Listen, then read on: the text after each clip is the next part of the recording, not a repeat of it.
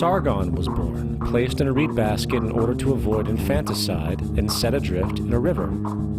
He was in turn rescued and raised by Aki, a royal midwife.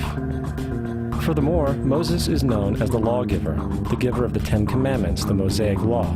However, the idea of a law being passed from God to a prophet up on a mountain is also a very old motif. Moses is just another lawgiver in a long line of lawgivers in mythological history. In India, Manu was the great lawgiver.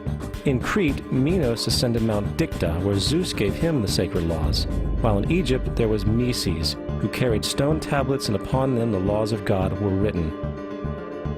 Manu, Minos, Meses, Moses. And as far as the Ten Commandments, they are taken outright from spell 125 in the Egyptian Book of the Dead. What the Book of the Dead phrased, "I have not stolen," became "Thou shalt not steal." "I have not killed," became "Thou shalt not kill." "I have not told lies," became "Thou shalt not bear false witness," and so forth. In fact, the Egyptian religion is likely the primary foundational basis for the Judeo-Christian theology. Baptism, afterlife, final judgment, virgin birth, death and resurrection, crucifixion, the Ark of the Covenant, circumcision, saviors, Holy Communion, Great Flood, Easter, Christmas, Passover, and many, many more are all attributes of Egyptian ideas long predating Christianity and Judaism. Justin Martyr, one of the first Christian historians and defenders, wrote, "When we say that he, Jesus Christ, our teacher, was produced without sexual union, was crucified and died and rose again and ascended into heaven, we propound nothing different from what you believe regarding those who you esteem sons of Jupiter." In a different writing, Justin Martyr said, "He was born of a virgin, except this in common with what you believe of Perseus." It's obvious that Justin and other early Christians knew how similar Christianity was to the pagan religions. However, Justin had a solution. As far as he was concerned, the devil did it. The devil had the foresight to come before Christ and create his characteristics in the pagan world. Fundamentalist Christianity, fascinating. These people actually believe the world is 12,000 years old. Swear to God.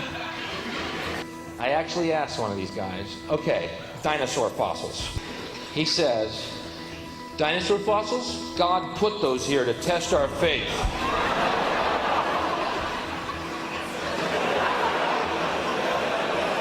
I think God put you here to test my faith, dude.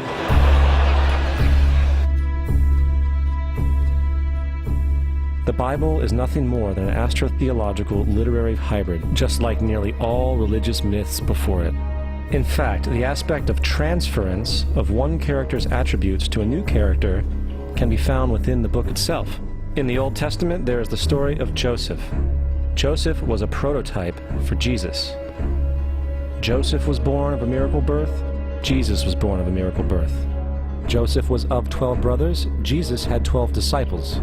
Joseph was sold for 20 pieces of silver. Jesus was sold for 30 pieces of silver. Brother Judah suggests the sale of Joseph. Disciple Judas suggests the sale of Jesus. Joseph began his work at the age of 30. Jesus began his work at the age of 30. The parallels go on and on. Furthermore, is there any non-biblical historical evidence of any person living with the name Jesus, the son of Mary, who traveled about with 12 followers, healing people and the like? There are numerous historians who lived in and around the Mediterranean, either during or soon after the assumed life of Jesus. How many of these historians document this figure? Not one. However, to be fair, that doesn't mean defenders of the historical Jesus haven't claimed the contrary. 4 historians are typically referenced to justify Jesus' existence. Pliny the Younger, Suetonius, and Tacitus are the first 3. Each one of their entries consists of only a few sentences at best, and only referred to Christus or the Christ, which in fact is not a name but a title. It means the Anointed One. The 4th source is Josephus, and this source has been proven to be a forgery for hundreds of years. Sadly, it is still cited as truth.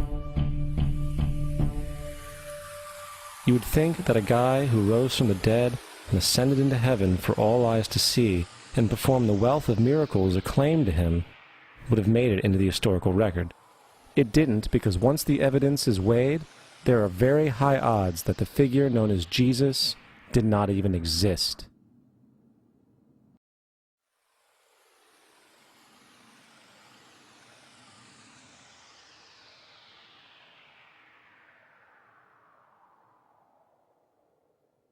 We don't want to be unkind, but we want to be factual.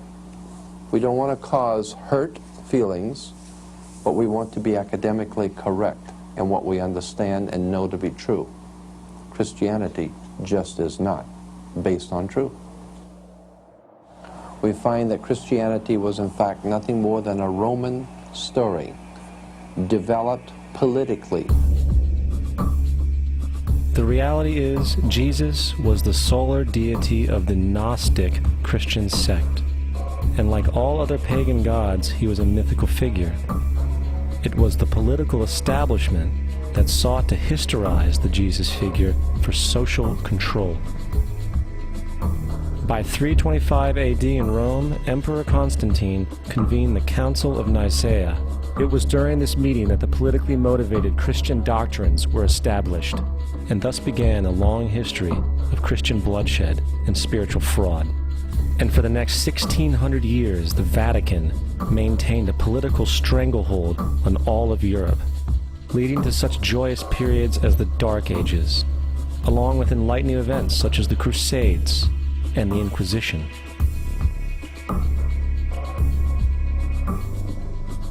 Christianity, along with all other theistic belief systems, is the fraud of the age. It serves to detach the species from the natural world, and likewise each other. It supports blind submission to authority.